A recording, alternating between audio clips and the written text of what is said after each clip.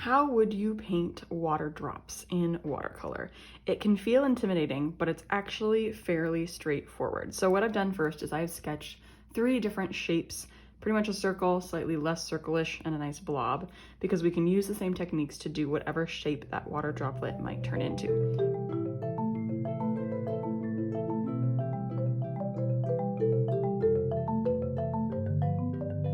We're gonna first start by painting inside of our water droplet. And I'm gonna actually wake up my color first. So I'm gonna choose to do blue because that's a logical, water drop color, but you can do this any color. In fact, depending on what you are putting the water drop on, you would actually want to match the color of the object. So if you are putting a water drop on a leaf, that water drop will be green because the water is clear, right? So I'm gonna use blue just for the demonstration today, but keep that in mind. Okay, I'm gonna start by getting the whole water drop wet, only inside the line that I have drawn.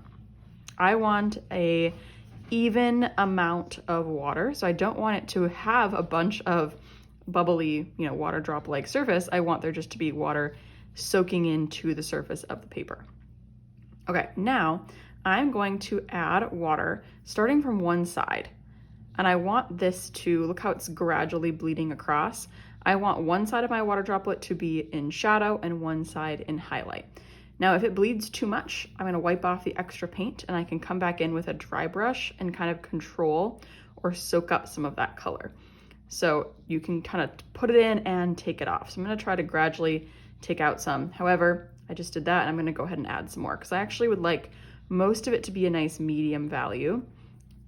And I'm gonna leave a white highlight on the other side. So here I'm wiping off my brush and softening that edge so that this side of my water drop has nice dark paint. I'm going back in with a bit more pigment while it's still wet. So we've got a really nice dark shadow, and then that slowly fades to this medium value, which then has a nice bright highlight on the other side. I'm gonna wipe off my brush one more time and get this and just take off one more little layer here to make sure that gradual change is truly gradual. So I've got dark, medium, light, all in the same water drop.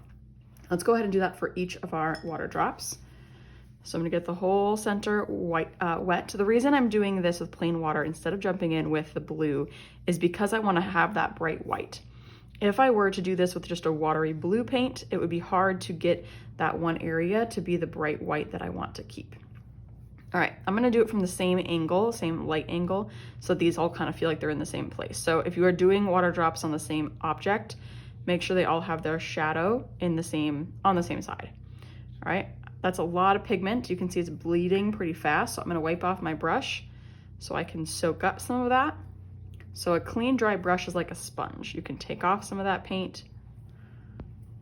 Also, you might notice that when you take off the paint, it then is, in your brush. So if you keep doing that without cleaning off your brush again, you're gonna end up putting paint back down on the paper. And instead of see how I'm actually painting now, I don't wanna do that. I wanna only take off paint. So I gotta keep wiping it off.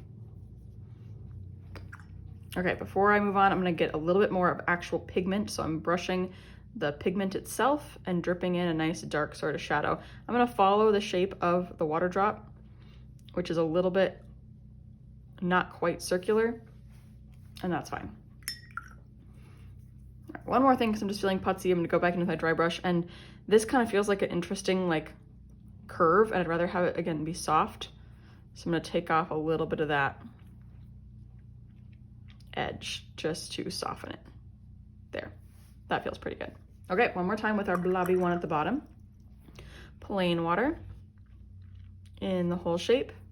Again, I don't want to add a whole ocean of water, so if I see that the water is sitting on top of the paper, I'm going to move it around, or I might even, again, wipe off my brush so that I can soak up that extra water and then spread out the rest, because I don't want there to be an ocean of water or that color is going to bleed a lot more than I can control. All right, grab some paint, starting on same right side. This got pretty dark, so I'm just gonna go ahead and clean off a little bit and spread out what's there, letting it fade towards the left.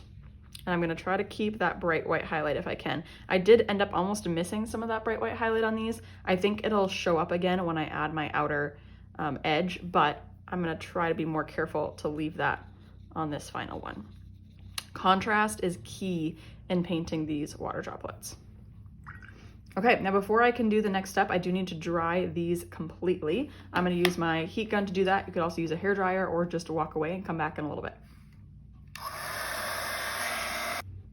Okay, I'm gonna get a smaller brush because I'm gonna be doing a nice fine line around the outside. So this is a liner brush. It is a 2, which means it's got a little longer bristles so it can still hold some paint, but it's nice and narrow. So watch when I get it wet, it's like super pointy and thin.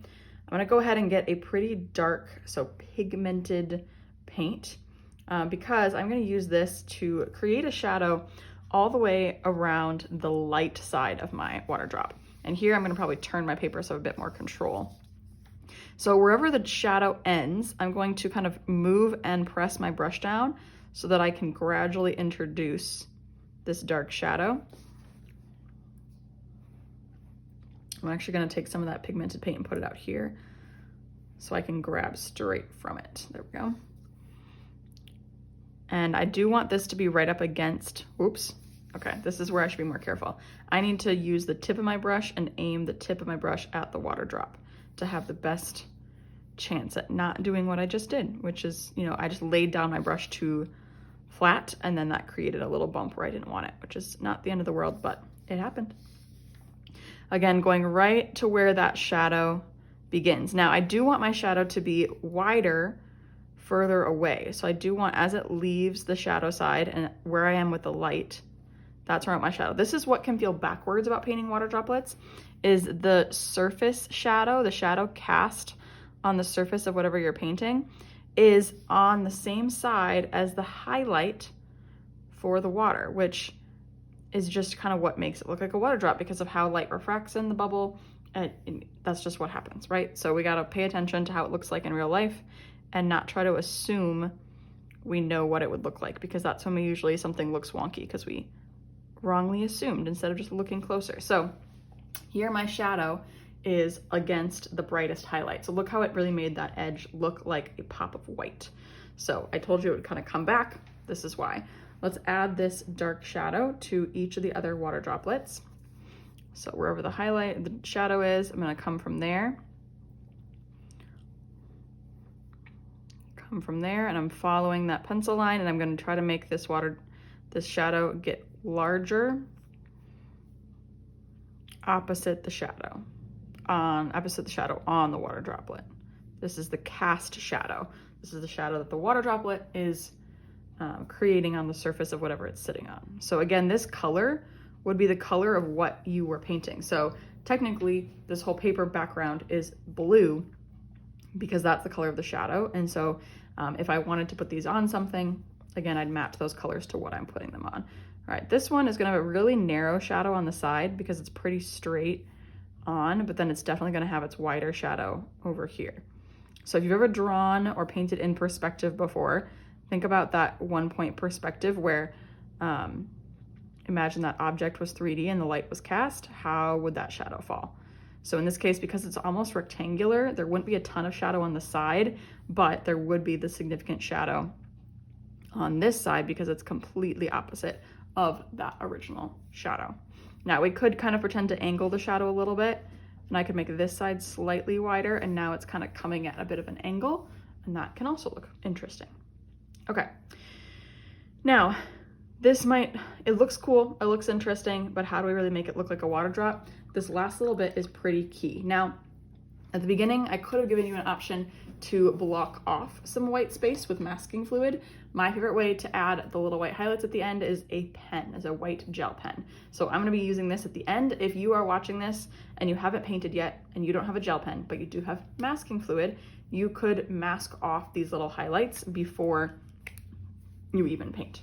Okay, so these little highlights are going on the dark shadow in the water droplet. So I like to do, sometimes I'll do like a dot, almost like an oval and then a dot. That's kind of my favorite. You could also do like little rectangles, but I'm gonna try to be consistent because my light source is consistent, right? So adding that little bright highlight now makes these feel like a water drop, because not only are we getting this sort of light bending through, but we're getting that bounce off of the light on the top. So you can take this as far as you want, but here's the most basic beginner for these water droplets. It is inside the circle, gradual light to dark, outside the circle, adding that cast shadow opposite of the inside shadow.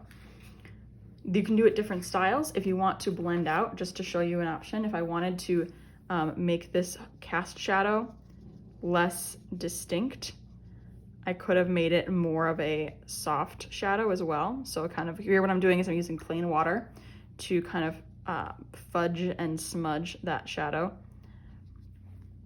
In fact, let's just go ahead and put some of this blue around it a little bit to give it some context. So just throwing a little bit of wet blue all the way around this water droplet so we know where it is in, you know, space. So now it's sitting on something that's blue, which is why we get that blue shadow. And then I'm gonna add back a little bit of shadow, which is gonna bleed a little bit, but that's why I can use my dry brush to take away some of that ink.